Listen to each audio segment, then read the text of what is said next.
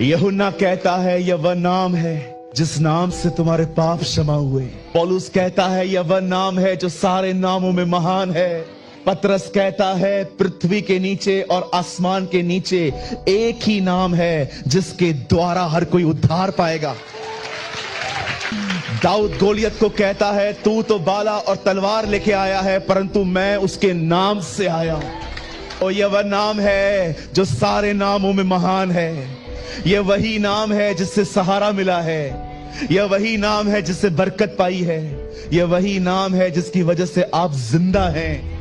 यह वही नाम है जो लहू में भीगा हुआ नाम है।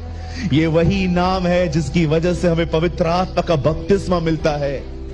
ये वही नाम है जिसके कारण आप माफ किए गए हैं। ये वही नाम है जिसके कारण आपका नाम जीवन की किताब में लिखा गया है।